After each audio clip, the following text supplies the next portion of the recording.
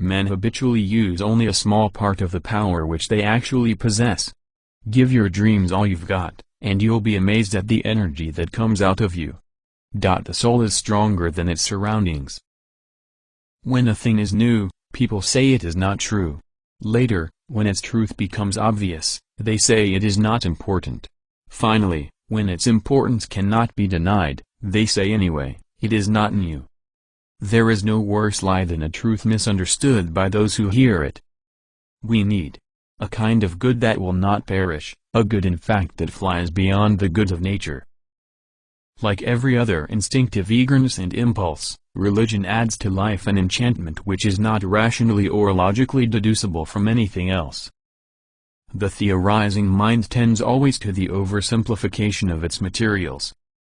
It does not follow, because our ancestors made so many errors of fact and mixed them with their religion, that we should therefore leave off being religious. Successful men act as though they have accomplished or are enjoying something. Soon it becomes a reality.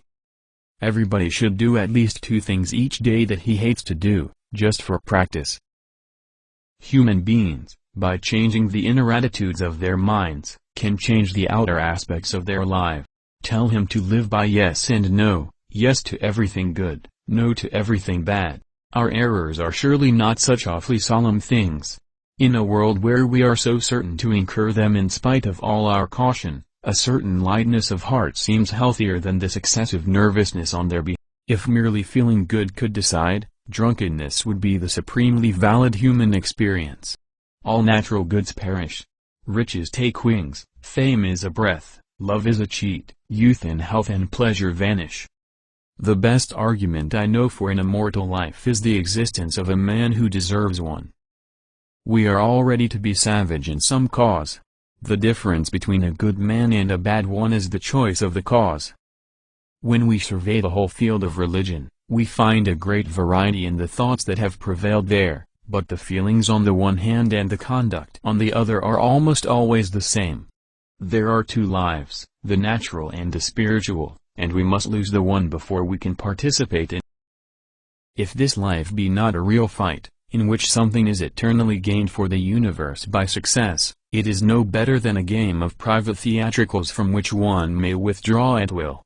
There are 2 lives, the natural and the spiritual, and we must lose the one before we can participate in the other.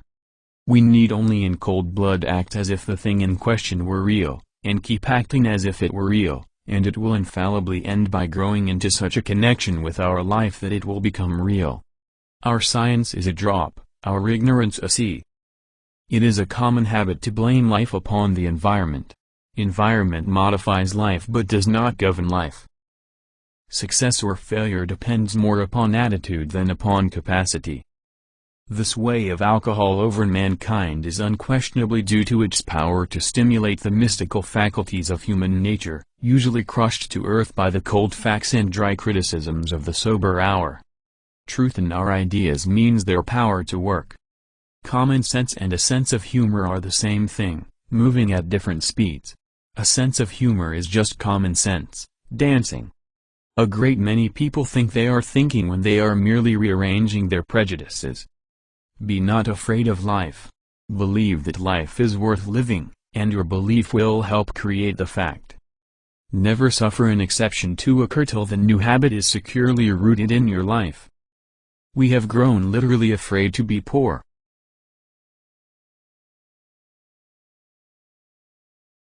If there were such a thing as inspiration from a higher realm, it might well be that the neurotic temperament would furnish the chief condition of the requisite reception. Compared with what we ought to be, we are half awake. The art of being wise is the art of knowing what to overlook. If there is aught of good in the style, it is the result of ceaseless toil in rewriting.